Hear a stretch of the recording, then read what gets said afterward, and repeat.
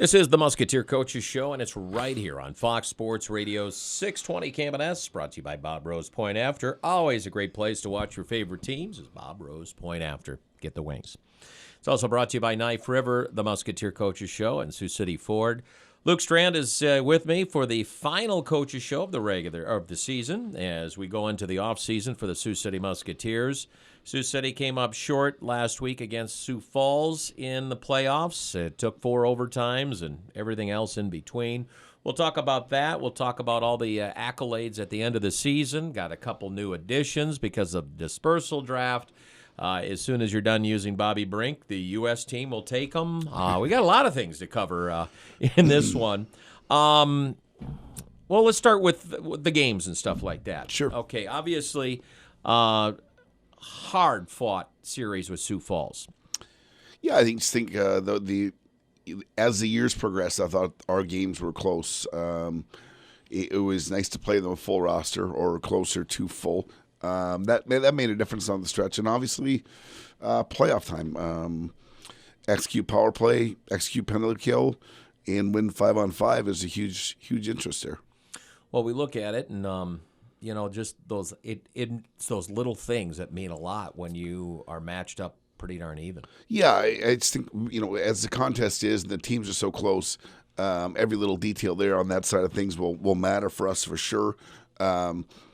The other side of that is, when it is your turn to execute, you got to take advantage of it. So I think both games were well played. I thought both opponent did each other the due diligence. It was tight. It was hard. And obviously the second game there, the 4 overtime, it's a record in length. It's obviously disappointing to end up on the wrong side of it.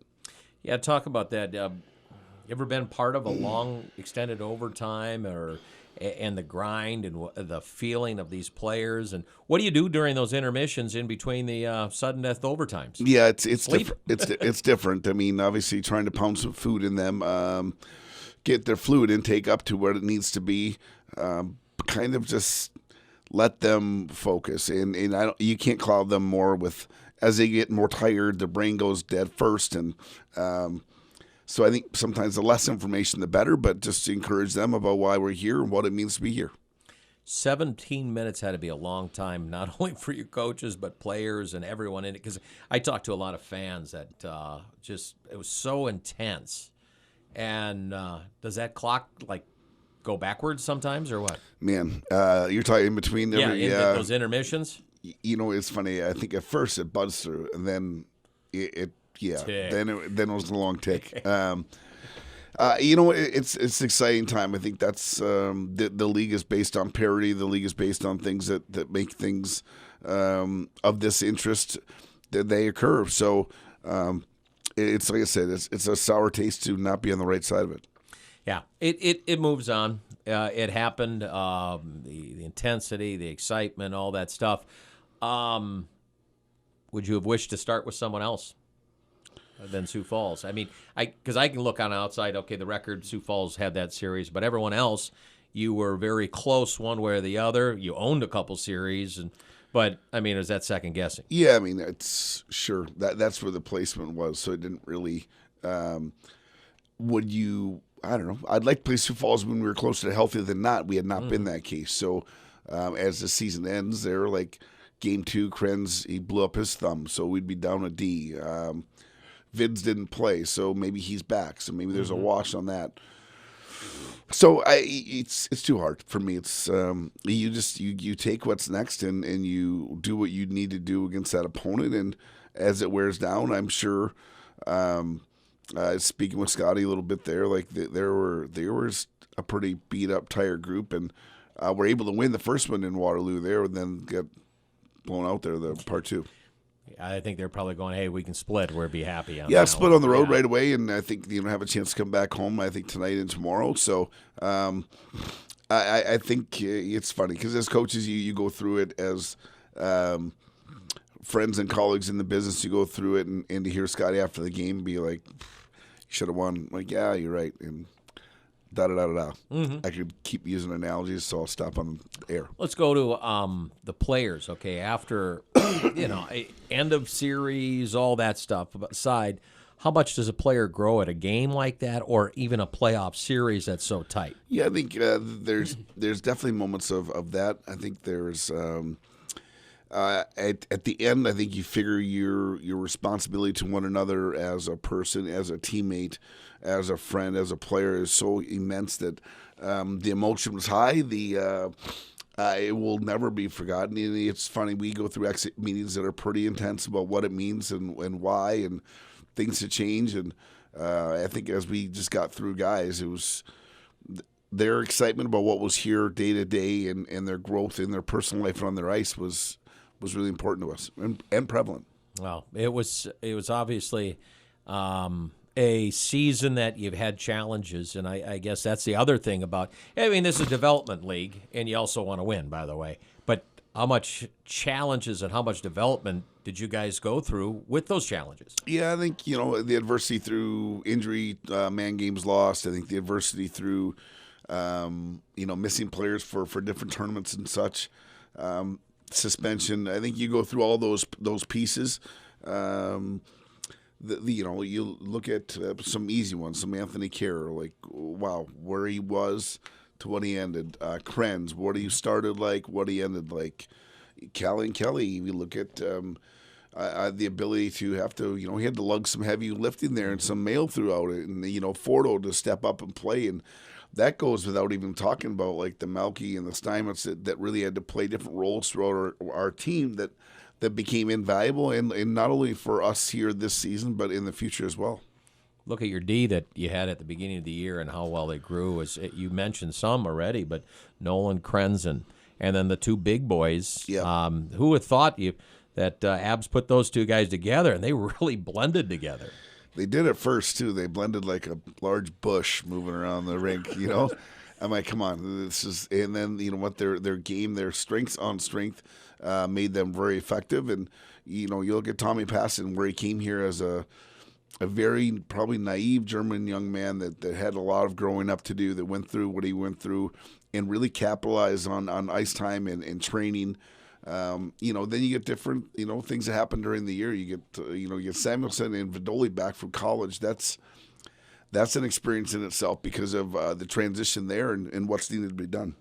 Yeah, and those two guys, by the way, turned out great. Well, you'd wanted greater if Vidoli was healthy, but those two guys hadn't had a lot of games under the belt when they joined the team that year. Yeah, they hadn't, and I think when you find that.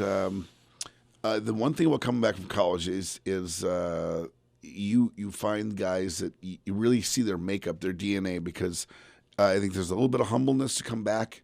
It's funny, at the end of the year there we talked about taking a step back before you take step forwards, and partly to their delivery here, but partly that's just what this league does. This league makes you reflect and then grow and then take a step back again. So that being said, not only did it happen for the older the guys and the transfer of the guys, it happened to everybody. We're talking Musketeer hockey. It's here at Bob Rose Point after. Luke Strand with me, the head coach, our final show of the season. Let's talk about some players. And you can tell me, because I like to do this, back or not back. And obviously that could change next week, or it could change over the summer as one.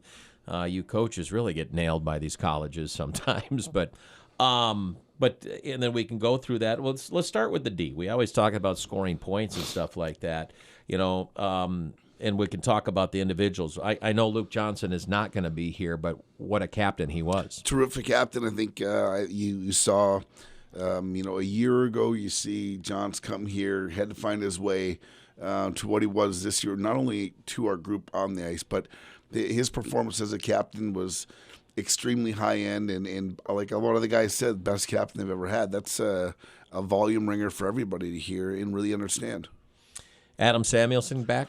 Sammy will be back, yep. They've got to go through, him and Vids both got to go through a little college 4-2-4 rule, it's called, 4-year school, 2-year degree, to go back to a 4-year school. So with schooling be kind of against the wall for them, they're back here to take class and have another year. Both in Vids? They go to something like WIT or online or something? They're both. They've got a little combination of both classes going that way. So, but it'll be exciting to have Dominic back, and it'll be very excited to have Sammy back. Yeah, and I know Dominic, talking with him, he'd been very frustrated, obviously, with his injury, and And he said he's committed all summer to strengthen or what have you. Yeah, he's got a big summer ahead of him. That to put that little injury to bed, it's been a nagger for him.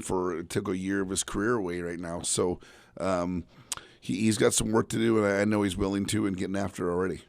We go to Nolan Krenzen. Krenzen, from start to finish, I mean, you depended on him at the end as a 2-year veteran. Yeah, terrific. He's gone? No, he's back. He's back. He's only a junior in high school, so he'll be good. back. I'm glad these young guys are. Yeah, they're young. We have the youngest team in the league. So though he's back, Krenz will. I think there's two sides. Krenz was undrafted, basically made our team out of 40-man camp. Had to go through a little recruiting process to make sure that this is the right fit. And then I think once probably Thanksgiving occurred, he felt like this is where he should be, and that's from Duluth Marshall to here is a huge adjustment for him, and really had to make a decision like on the moment. So thankfully he did, and obviously the sky's the limit scholarship to University of Nebraska Omaha as well.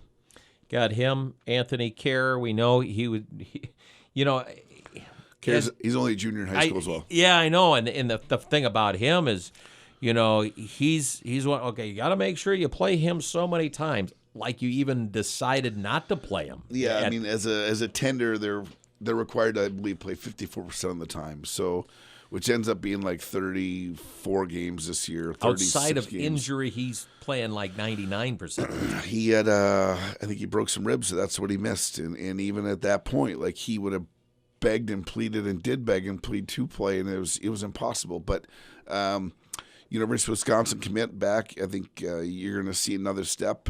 Just named today the second team in the all league awards there for rookies. Got him. Let's go to Jack Babbage, who's a 2-year player, and he's kind of one of those guys. He's not flashy, but when he does his thing, okay, he can pair it with anybody. I think the value of Babs coming back is huge. We talked about his exit. Will a school probably try to come nab him in August? Yeah, they will. He and his family seem very committed to coming back here. A lot of points. I mean, he's been played here for 2 years as a junior in high school, now as a senior in high school. To come play junior hockey without having that schedule over your head is a huge part of what he wants to do. And he's one step away from really, I think, taking off. Yeah, and you can match him with anybody. Yep. So, okay, so you got that. Christian Jimenez, we got a peek at him. Yep. And, boy, he can skate. He's going to fit it. Your D looked good.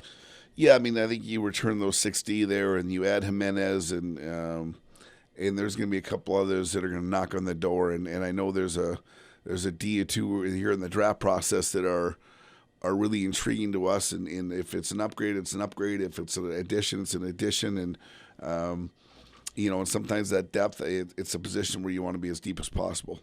Let's go to the goalie position. Ben Cross, who's did a tremendous job. He's got in the playoffs and down those last 10 games, but he's going to move on to Miami next year. He is. It's pretty. I would say it's pretty darn evident, clear as that's the direction.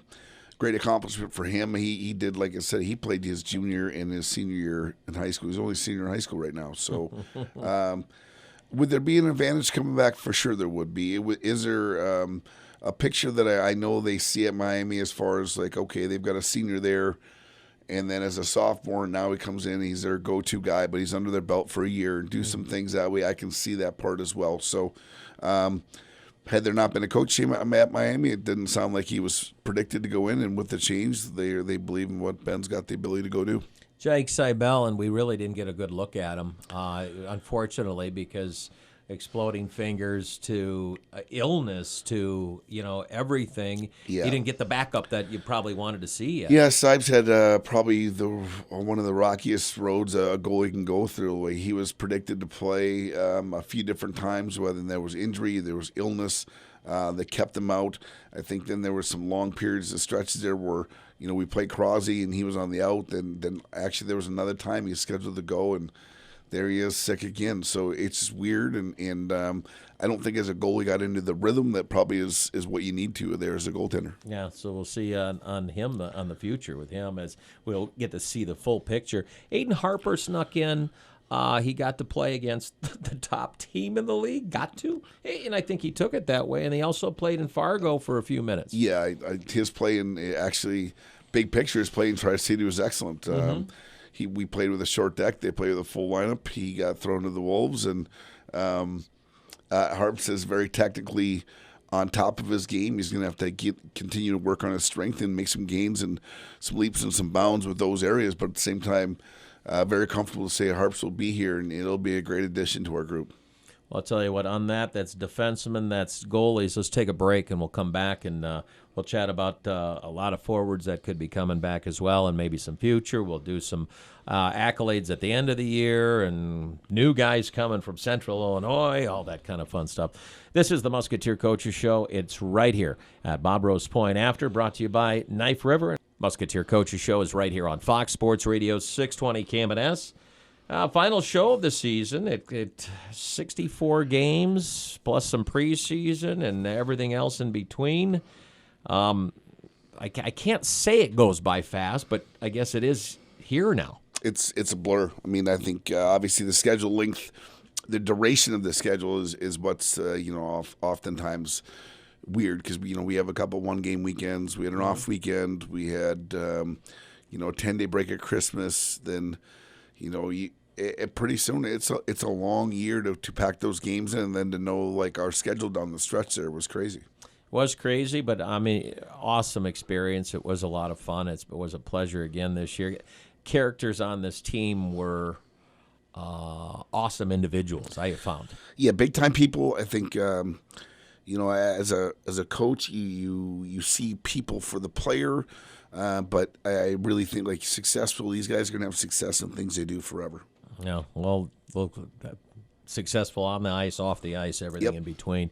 We were talking about players who was coming, who was going. We took care of the goalies that have been here. We've taken care of the defensemen who've been here. Now let's look at the forwards in a big list, and I'll start from the higher number. And Ian Malcolmson, who can play wing, can play center, play first line, second line, whatever line. Now, is he scheduled to come back, or is he gone? No, Melky's coming back. And I don't even know this, but it's a huge plus for us. I think for himself as well. There's another step in his game, like what Ford did from big year time. 1 to 2. That'd be a great comparison. What Fordo did from year 1 to year 2, and I think there's a leadership role that Melky is very good at, and yet there's more offense to be seen. And then just knowing the young man over time, he's a team-first guy and one of those glue pieces of our group. Yeah, terrific job. Aaron Grounds, another guy. Is he back? Yep, Grounds is scheduled to come back. And, again, by the way, I just want to mention again, things can happen, obviously. For sure. Either, obviously, trades, but a lot of times you could lose guys during the summer because of college. It could go the other way. And there's the odd one where college is planning on bringing him in now, and then they can't because of something or another. He didn't leave, or they didn't sign, or whatever it may be. So, but pretty hard fact that these guys are the direction they're going. And Groundsy one more year. One more year. He's come along too. It'd be, I think at the exit meeting, like he said it best. He's like, I want more hockey, and he knows he got dinged up. He got 2 biggies. Yeah, two extensive, maybe even a miniature one in the middle of it that really kind of stung him around. So we need a healthy Groundsy, and I think there's more offense there to be seen, versatility to be seen, and really impact to be had. Jordan Steinmetz, the guy had like an A on his shirt embroidered in his chest, because the guy is all about team, all about I'll take the puck off my forehead. For whatever reason.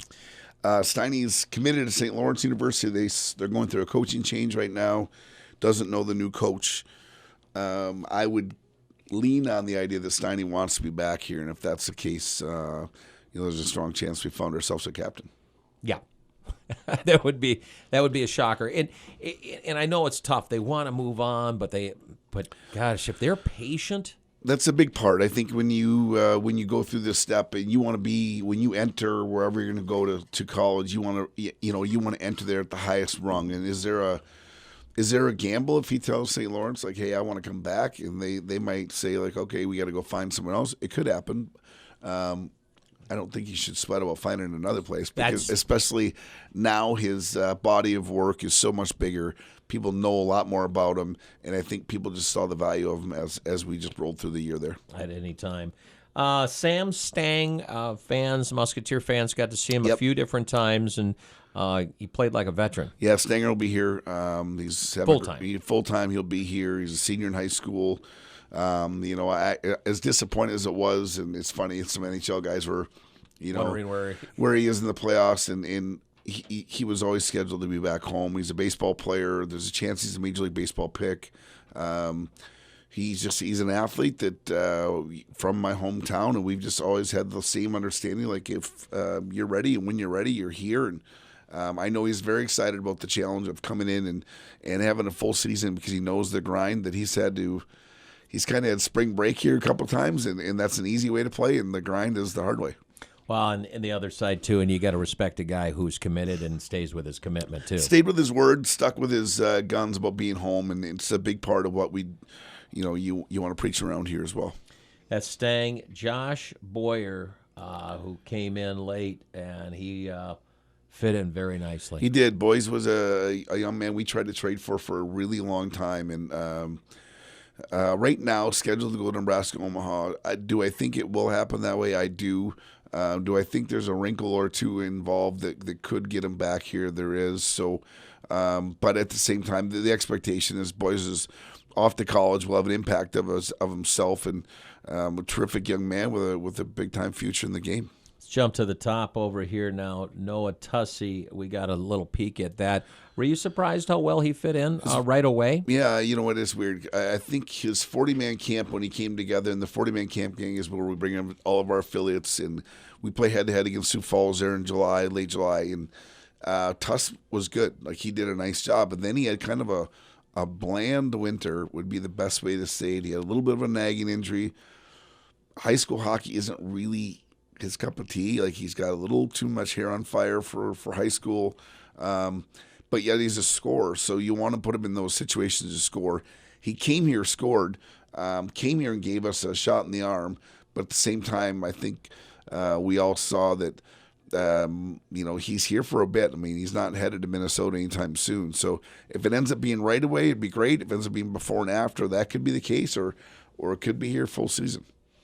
Blake Biondi, we got a taste of him, and we saw what he can even do in the playoffs. Yeah, I mean, I think we all saw what Blake's got, a commanding control of the game, high-end player. The schedule right now is for him to be here. I do know that the U.S. program was going to come hunting for him. A place in a situation that he already said no to once. I just think there's something to be said about being here with our group and with the situations, the minutes, the top play that he would get, not having to fit into a team per se that's already been established for a year, because he could come here and be a big piece of it right away. And terrific kid with that's a hard schedule. Like, he was going back and forth. He was balancing school. He had to take a final exam when he was with us on the road, like, just different things. So for him to be back here, he's only a high school junior. He'd be back here for his senior year, and I'm certain he's off to Duluth the following year. So I think we've got their support and balance as well. It's kind of funny. It's what was it? What's your assets? Skating, shooting. He said what? Scoring. Yeah, I score. There was the one shoot. I'm like, well, what's your move? Are you a shooter? Are you a deker? He goes, I'm a goal scorer. I said, that one, we can use that one too if you'd like. That sounds like a great move to me. I love that move. Yep. So he just a young man that enjoys the game, rink rat, and the ceiling is very high. I mean, you want to talk about a kid that's going to be in the same headlines as Brinker a year from now as far as attributes and NHL attention. Bobby and Blake will have the same. Well, this is the Musketeer Coaches Show. It's brought to you by Bob Rose Point After, also brought to you by Knife River, Sioux City Ford. We're going through the list here. This guy, he was he always sat next to me on the bus. He's a guy that worked his way into the limelight by working his way through tryout camp, is Albin Nielsen. And at the beginning of the year, Coach, I think he had like a goal in his first 30 games, and he really took the next step, and he's aged out. Is that correct? He's aged out. He's going. God, it would be nice to have him one more year. Yeah, he's going to Providence. Nils, I think, even speaking here at the end, like, one of his big things was the adjustment. It took him a while to get used to North America. He was here solo. Family never got over here once. But just his game, like he's a strong, heady player that gave us so many different roles, and matter of fact, probably didn't get that role identified as early as maybe as we could have if we'd have been a steady lineup. But I thought Nils gave us a big shot in the arm, and we'll miss him and his personality for sure around the rink. The next guy on the list has been here. He has been a team leader. The whole family is an awesome family. Is Matt Miller, and but unfortunately, when you have to make trades for guys, you have to actually give something up. I don't know why, Yeah. but Matty, but he could be also going to school too. He could be going in UNO for sure. He was the player that Lincoln called us on to be the player to be named later on the McCabe trade. So that's a plan. Unfortunately, awesome to echo your comments. Awesome kid, awesome family. A neat soul of a man. I think his best hockey's still out in front of him. He's got time, and I would be. He's patient. He's patient. I'd be shocked if UNO doesn't come in and especially with signing a few guys here or there. He might be ahead of some of the guys they had scheduled coming in on their depth chart already as well. Kevin Lombardi is another one that's come in, and he's part of the motorcycle line, of course. And is Lambo coming back? He's not. He's aged out as well. Oh, is he? I knew he was up close on there. So he's love their family too. I've met them a couple times. They're just Grandma. Grandma was awesome. I had to say hi to Grandma. It's just a awesome team situation. Yeah, I think when they support their young man, he's been through a lot. Obviously, one time Michigan State commit, got decoded. Now going to Sacred Heart here, got a scholarship here at the end of the year. We'll miss, like, he's just got a presence about him day to day. I'm sure there's a lot of hockey down the road for Lambo, and he did us an unbelievable job here just on his presence alone. Let's go to he's a favorite, I think, of the coaching staff, is Sean Bunting. He still didn't get that goal, but boy, was he close. And you ask him to smash his head into the brick wall, he does that. Bunce was, you know what? It was weird. When our exit interview, I'm like, so what changed at some point? And we had a conversation in Fargo. I'm like, is this what you want? Like, you're not playing much. We're totally healthy, kind of up against it. Mm-hmm. I said, your choice would be like, you've played enough games, we can put you on our list, and send you and make you somewhere where you can play more, or stay here and keep grinding and see what this all becomes for everything. And without even a hesitation, he's like, I want to stay here. And I think the dividends paid off. I think his practice improved. There's never he can skate, never shy of just full out effort. Obviously, a team guy gets tangled up with the other team as much as possible. His game just kind of took some shape here towards the end of the year and gave us an opportunity there, I think, for some depth with that group and a kind of a different body, kind of a throwback with the way Hardy plays. Yeah, he goes all in. Yep. That's 40-some second line. That's 1,000%. Yeah, I mean, he could find a fight in church too. So like, he's just one of those kids who's just got a ruggedness about him that you really appreciate. Let's go to Marcus Kelly and Kelly, and you look at the points at this young man. I honestly don't think most people understand that he's a junior. Junior high school, first year in America. The fin and the track record of those guys here, Sampo, Ellie, to name a couple of them, but none of them, zero of them, had the numbers Marcus did as a year one player over here. And he'll be back here, and I think but he's a different style too. He's a different style player. Obviously, is long. I think there's just a quality of Marcus. Once the more comfortable he is, the better the product you get. I think he had to learn some consistency. He had to learn maybe a little bit of the everyday competitiveness that this league is all about. And I thought his game just grew and grew, and I thought he played some of his best hockey right down the end. Yeah, exactly. Next guy is going to be a loss, and a tough loss, because he's such a great individual, and we didn't get to see him down the stretch, except for maybe those last couple games, is Brock Baker.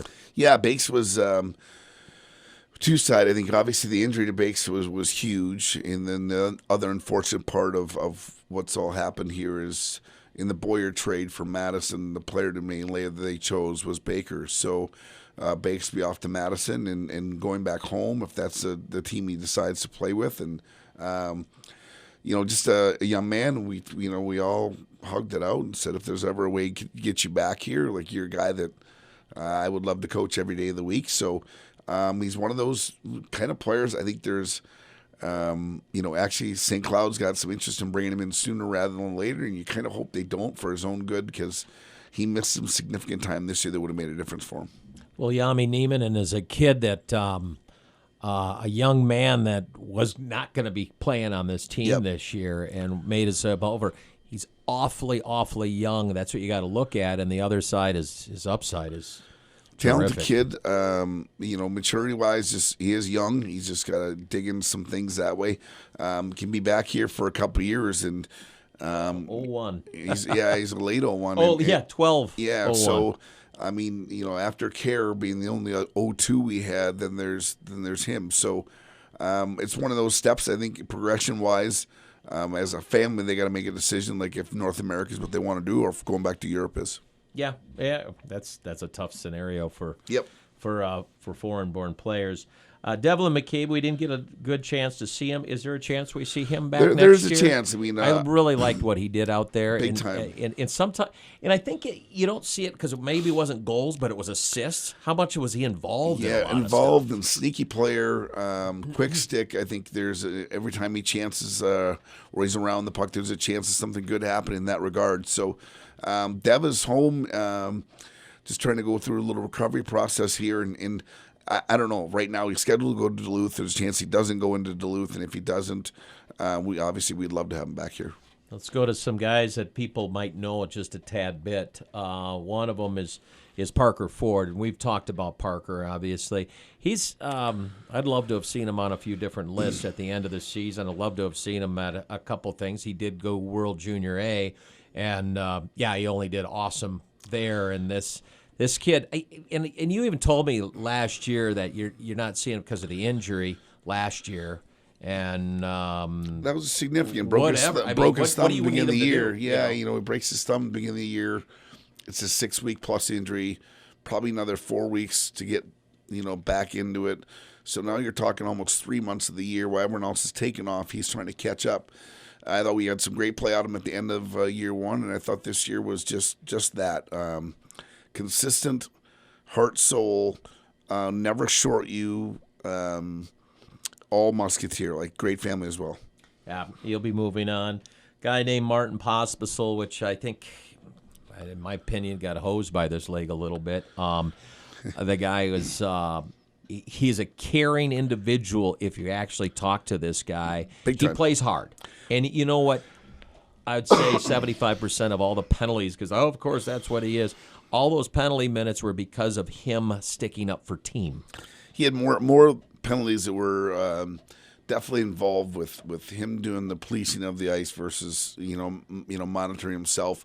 Posse got a huge heart, loves kids, very giving. Like the amount of requests for his time was by far not even close to the twice as many as anyone else. Loved it. Didn't matter if it was kids, adults, aged adults, didn't matter. I don't think you see his sensitivity towards our guys. Like he's been alone. He's seen his brother over here alone. Mm-hmm. Like his family came over and visited at the end of the year for the first time ever. And to watch him be a big brother to Timor and his littlest brother was amazingly cool. Like you would not ever we've all seen him beat people up. We've seen him throw people down. We've seen them obviously, get the short end of suspensions and things of that nature. But what you don't see, here's a guy just signed with Calgary Flames, a 3-year entry deal. Already today, he's already up in Toronto working with the skating coach. He's going to go home for a bit. He'll be back in Calgary for the majority of the summer, and he wants to make that team. And I can't tell you he's that far away from making that jump. It's very close. That guy, it's just I think he's kind of the hidden gem. And wish I could have seen him on one of the lists at the end of the year. Well, his He's number 2 outside the USHL in points per game. Yeah, in your comment about the list is the players or teams of the year for First team, second team, third team.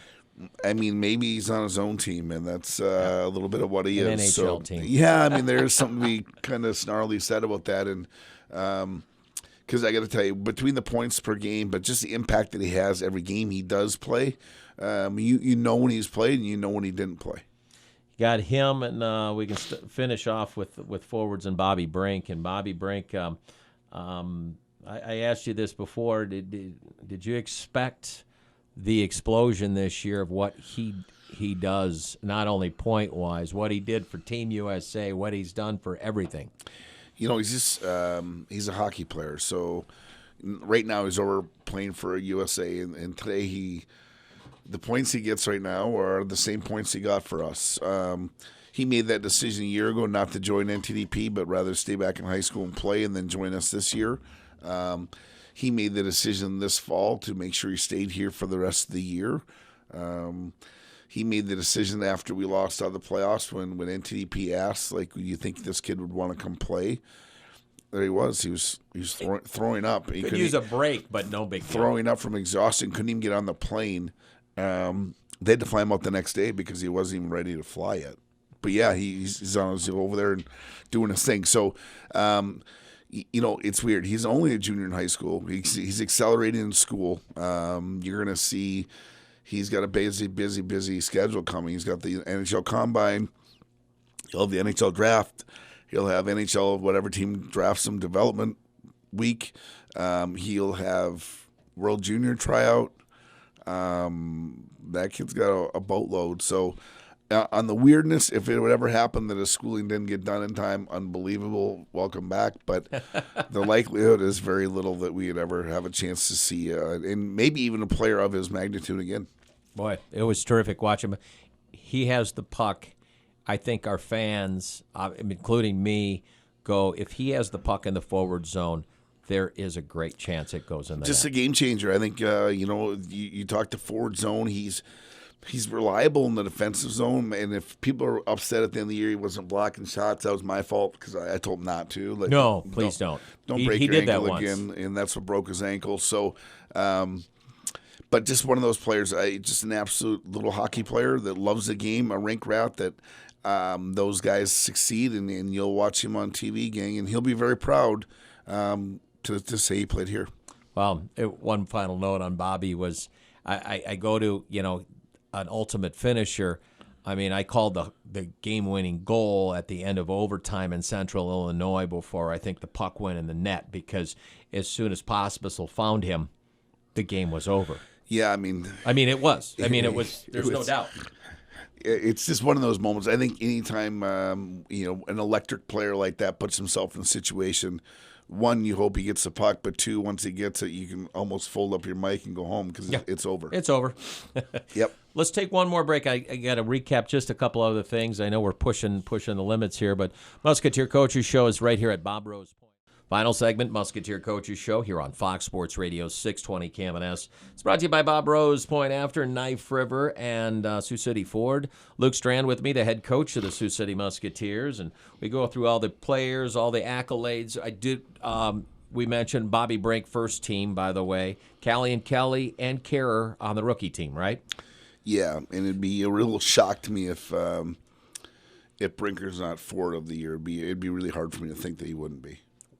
Close to 1.6 points a contest. Yeah, just his impact. He influenced the hockey game in so many ways. But I guess it is a voting deal, so you never know. But he's got to be forward of the year. Well, you look at it.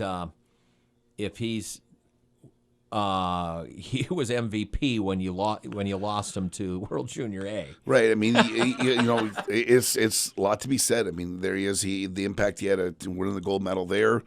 He's playing for the U18s right now at the World Championships. He's going to be as influential down the stretch of that tournament as well. Coach, you have the dispersal draft. That was one of the new things that have just come out from Central Illinois. Because they're going to shut down, at least for now. Hopefully they can get something going. But talk about the two, Calfute, I think it is. He's a veteran. Does he have a chance to coming back? It'd be nice. I mean, you're just taking a flyer, possibly, a right? little bit of a flyer. He was once committed to Michigan, decommitted. I know he's got choices of Ohio State, Providence, UMass. Like he's got opportunities. I think for us, it was a little bit of it was the last pick in the draft, and instead of adding someone to our list that we didn't really think was going to impact our list, matter of fact, our one list will be full, so it wasn't even worth the try. But he's interesting. Like he plays hard. He's got some nasty to him. He scores. He got points. He's ready for college. But I think anytime you see someone that's maybe been decommitted or decommitted themselves, maybe there's a chance to get somewhere doesn't like it, and it was worth the idea of having them on our college protected list later on. Got that, and then the Neuendijk kid. Obviously, a lot of people know that name. His father. I don't know, he played 15 years. Yeah, Joe was a 1,000-game player and Stanley Cup winner, and many accolades about what Joe Neuendijk played like. And Jackson is young. I think his brain for the game is very high end. His runway, like he's not gonna play here next year. If he comes and plays some games, don't be shocked. But it wouldn't be his full-time season. Would be here. He'll be at Avon Old Farms out east. Going to prep school, and then he'll be back in here. And just kind of the neat part is I think you have a hockey family. Dad understands their trajectory. I think he understands the runway that it takes someone to get to where they want to get to. And I would expect great things out of Jackson here when he arrives. Got that, and some other guys. You said Langenbrunner before. We didn't mention. Talk about some of these guys that we're looking to see in Musketeer uniform. You're like Mason Langenbrunner, John Bell came and played games with us. I thought they were very promising young prospects, but what we bring to the table coming up, which is exciting. Some guys that will be here next year that you didn't see. Tim Stutzel. Stutz is a German young man, plays at Mannheim. Led the U20 in scoring as a 16-year-old. U20. Yeah. He was just turned 16 this year. He's one of those he'll be an NHL pick a year from now. Many have said top 10 NHL pick. So we're excited about that. Committed to New Hampshire.